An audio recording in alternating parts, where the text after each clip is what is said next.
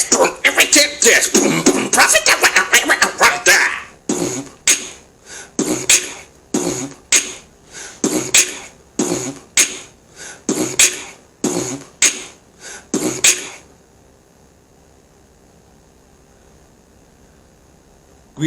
Greetings, people.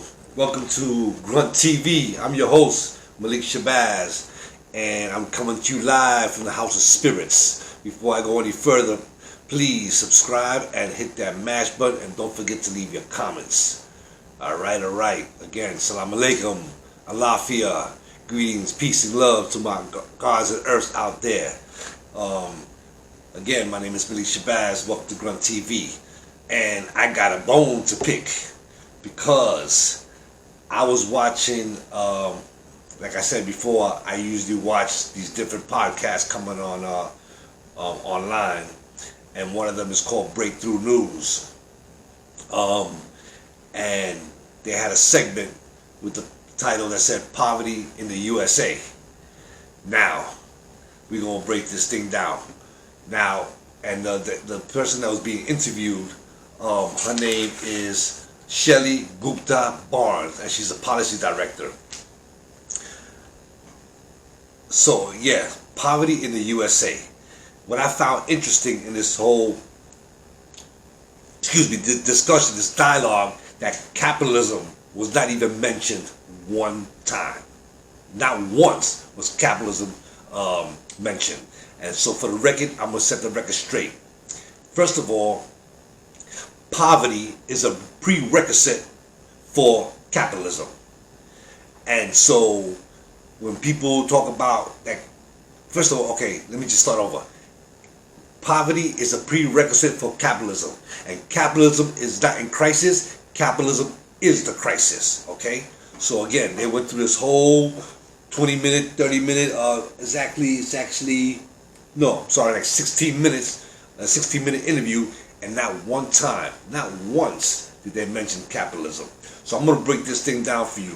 And for those who want to check this out and compare notes, go on Breakthrough News and check them out. They're online. Okay. Now, one of the things that Shelley said that government documents show that poverty actually went down during the hold on. You know what? Let me just start over real quick because I got so many notes and I'm trying to stay focused, okay? Okay. A question. When these people take a census, when the census is taken on poverty, do they count the people in prison? I'm just asking. Do they count? Because people in prison are poor. And if you have 2 or 3 rich people, they're probably in federal prison. Okay? So, do they count them? I don't think so. I tell you the truth, I don't think so. Okay? And also, so again, like, to these 2 people, the 2 individuals, I don't got their names right now, but if you go online, you can find them. There's a brother and a sister. The sister's from Lebanon. She's actually, she's in Lebanon, and I don't know what state the brother's in, but he's in the States here. And they, like I said, they do fairly decent work, but I think they got it wrong, so wrong on this particular issue, And the brother, I want to recommend he read this book right here, The Miseducation of the Negro, okay, by Carter G. Woodson, because he's not really, okay, first of all, Dr. Francis Cress Welsing teaches us that if you're going to analyze any phenomena in America, it has to be analyzed within the context of racism, white supremacy, okay, in order for you to get a proper analysis. And I know they don't know this, but at the same time, they're analyzing this within the matrix. Like, they're not, you know what I'm saying? I mean, to talk about poverty and not even discuss capitalism, it's just beyond me. Okay, it's just beyond me, because poverty is man-made and it's made by white people and the white ideology. Because before the Europeans ganged up on the world, all of our people around the world, we never experienced poverty. Never. And I challenge anyone to push back on that idea. So we got to make sure that we do not fall into this trap of believing, of analyzing and pushing this idea about poverty without analyzing capitalism. Okay. Now let's take a thing, and it's gotten worse, because in the 60s there are more homeless people today than there were in the 60s. Okay, there are more people in prison today than there was in the 60s. Okay, so this is all due, again, poverty is an aspect of this, because capitalism is a system that, first of all, it is unjust and it's criminal, and it's a system that, in order for it to work, you need poverty. So it produces poverty. Okay, so let me see what let me look at my notes real quick. And most of the crime, most of the people that are in prison are there for economic crimes. Okay, selling weed, selling drugs, whatever, economic crimes. Why? Because they're poor. Because capitalism is a system, again, it's designed, when it was designed, it's not designed to absorb the population. So the vast majority of the population will not benefit from capitalism, because, again, it's a prerequisite for poverty. So, again, I'm just scanning through my notes really, really quick. So yeah, again, they didn't push back on this, and they probably didn't push back because they don't know. But the brother, he made a mention. In fact, let me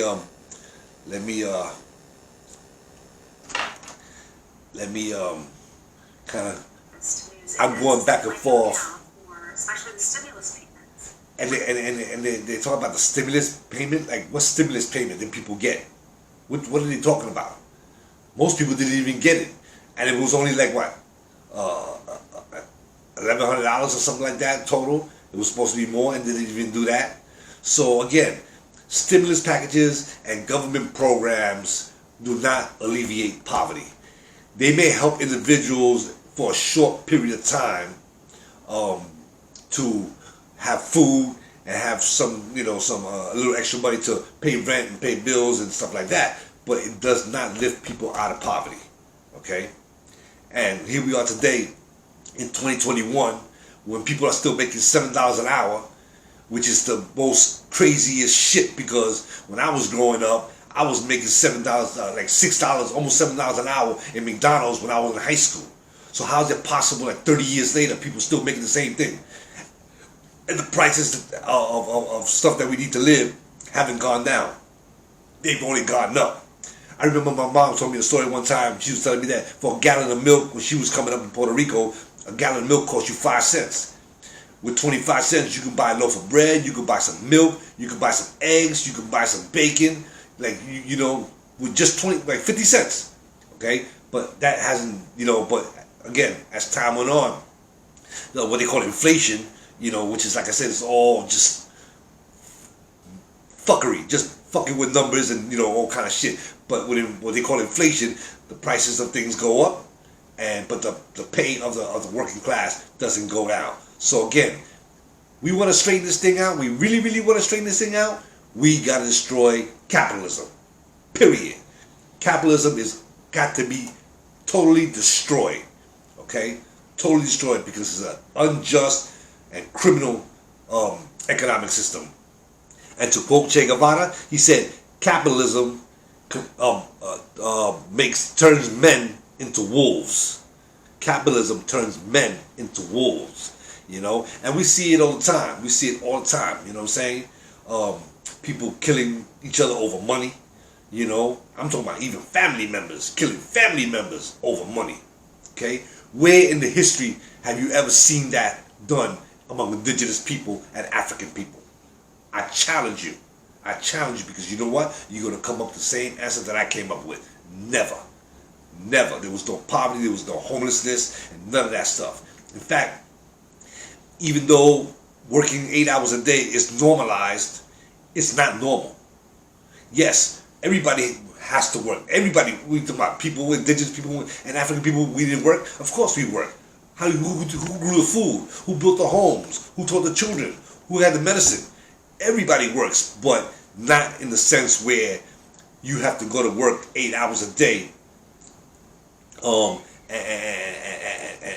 and make the person who's doing the least amount of work, the boss man, you know, who's doing none of the work, gets the lion's share of the profits, and the workers who do all of the work, they don't get shit, you know. And then briefly he talked about taxes. Fuck taxes. You know what I'm saying? That's just another criminal way to steal money from the people. Okay? So we got to be aware. Again, like I said, I'm going to give them the benefit of the doubt that they mean well, but I want to recommend to both of them that they need to do some more research. You know, they need to do more research because they're not getting it. You know, and they're young people. That's why I'm addressing this, because a lot of young people think that, you know, if you tell somebody today that we don't need police, we don't need prisons, we don't need to pay for housing and pay for a house or pay rent and thing, people look at you like you some Martian from somewhere in the galaxy, because we've been programmed to normalize this madness. But that's exactly what it is. It's total fucking madness. Okay, because we can live in a society where none of this has to exist. Let me give you a little example. Something that took place on an international scale between Cuba and Venezuela. Okay, this seed was planted, but and it made a little bit of a ripple, but not too much, especially among the masses. Okay, Cuba and Venezuela bartered on the international scale. Cuba sent them doctors and nurses, and Venezuela sent Cuba oil with no money exchange. No money exchange. So why can't we live like that? You know, if I'm a farmer and I grow the yam, and I grow the beets and the lettuce and the tomatoes and the peppers, you know, and the oregano, and then in another community, they got the fruit trees, they got the mango tree, they got the grapefruit tree, they got the orange tree, they got the apple tree, you know. And then another community, they got the corn, the wheat, right? And everybody's growing a specific thing, a specific item or a few items. And then you go to the marketplace, you bring your oregano, your tomatoes, your peppers, you know, and the other person brings their potatoes and so forth, and the grapefruit and the oranges and the apples, and everybody goes to the center, to the thing, and we trade. Okay, I need some grapefruit, I need oranges, I need apples, and I need some corn and some wheat, you know. And then we have others who, again, you know, that has the chickens, you know, and someone brings the eggs. So basically, I get the point, right? You get the point.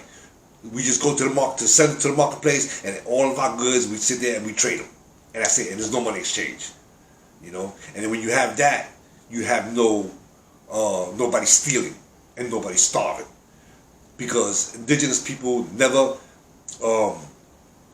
stole food. They never locked up food, you know. Buying water, yeah, I know it's normal. I know y'all, everybody out there, I know it's normal. Nobody even gives it a second thought. They just go to the store, they thirsty, they stop at the gas station, whatever, and get a bottle of water. They don't give no thought about that. But when you sit down and you meditate on that, you realize how crazy and absurd and vile that is, to sell water to another human being. To sell water to another human being. I live in Miami, and we got a bunch of lots, a bunch of places throughout Miami where you have mango trees that just grow wild, you know, and you just pick them. Mango trees, ackee, you know, and the Mother Earth provides this food for us for free, you know. The birds don't have to go shopping. The lions don't have to go shopping. The elephants don't have to go shopping. We're the only ones that gotta buy food. But again, I remind you that that's a European system, and that is the problem. And that's the problem that these two individuals on Breakthrough, that they don't really get. and I'm trying to give them this information and every other young person out there information so they can get this, because in reality, this is total madness. It's total madness. So again, you cannot. Capitalism is the crisis, and everybody knows that already. A lot of people already know that. We're starting to see that around the world, you know. And it's also, capitalism is also a system that it has to keep eating. It's like it's just a monster. It just keeps eating. His appetite is insatiable. You know, it can never reach anything. It just keeps eating and eating and eating and eating. So if capitalism continues, I mean, we're gonna keep cutting down the forest. Are we gonna empty the oceans of all the fish? You know, really? Does that sound like something that's sane? No, it's not insane. It's not sane. It's total insanity. Okay? So, again, when you analyze these phenomena within the system of capitalism and the system of racism, white supremacy, because capitalism is just nothing but an economic arm of racism, white supremacy, which is the head. Racism, white supremacy is the head, and then capitalism is the arm, one of the arms of the octopus. You're not gonna get a proper analysis, you know. And again, I remind everybody, as Kwame Ture has taught us, capitalism lies all of the time, not some of the time, all of the time. And when it tells the truth, is the result of a double lie. All right. So don't be fooled by this. And again, you know, I'm coming at them, at these two individuals, not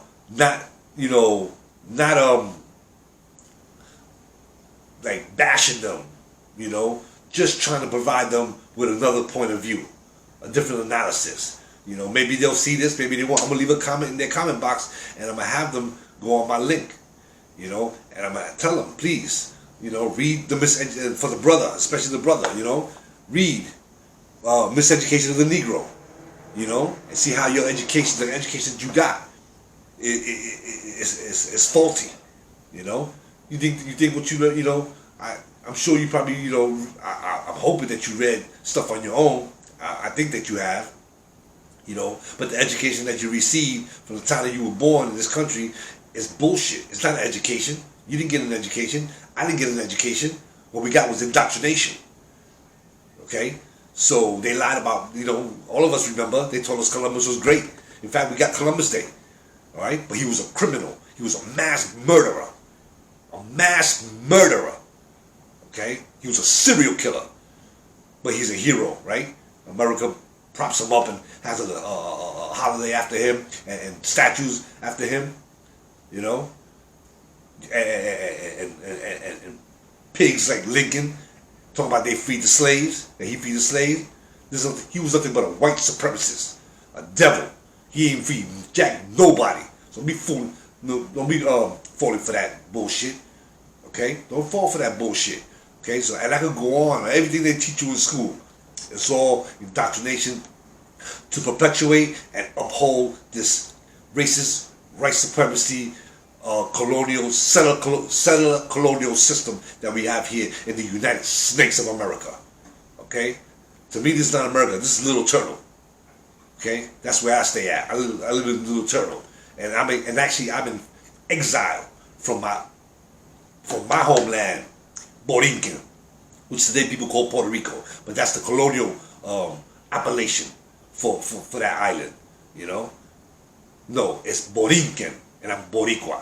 So again, I'm just trying to, you know, point this thing out. I just want to get on there real quick because, again, you know, I know they probably mean well, and they, you know, again, they have some good reporting. But on this particular issue, poverty in America, you ain't never gonna eliminate poverty without destroying capitalism.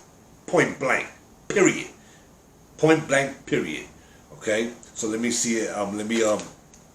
And you know, and I think that I'm not gonna say, but I think they refer to themselves as the left. They represent the left. But how could you represent the left and not have a critique of capitalism? You know, how could you represent the left and not read Che Guevara and Fidel Castro and Hugo Chavez? You know, and understand what they were doing. You know, why they were fighting. You know, No, if you're the left, you got to be the left.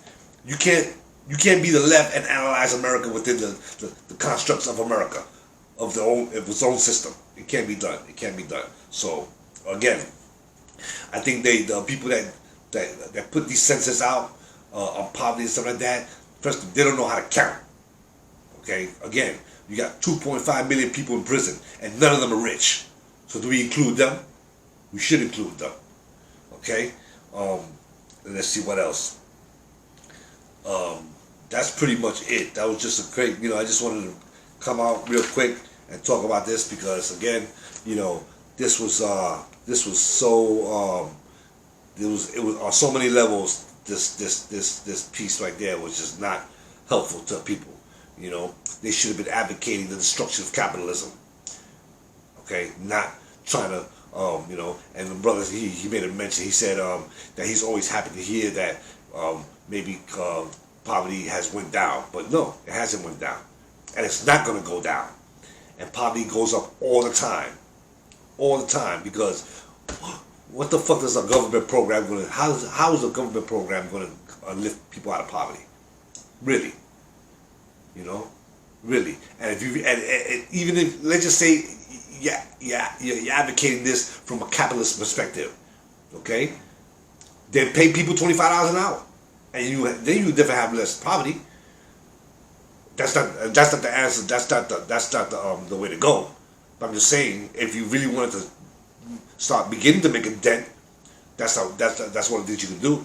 But again, 80% of the people that live on this planet, 80% that people live on this planet have been reduced to a life of abject poverty.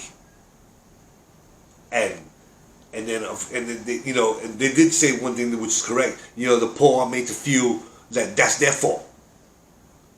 Nobody chooses poverty. I guarantee you, if you take a poll of every human being on the planet that's poor and ask them, would you rather be rich or poor? I guarantee you, nobody would say, I want to be poor. Nobody wants to live in squalor. Nobody wants to live in squalor. Africans want to live in squalor before the crackers got there. Indigenous people in South America wanted to live in squalor before the cracker got there. No, this is man-made. It's their system, and it has to be destroyed.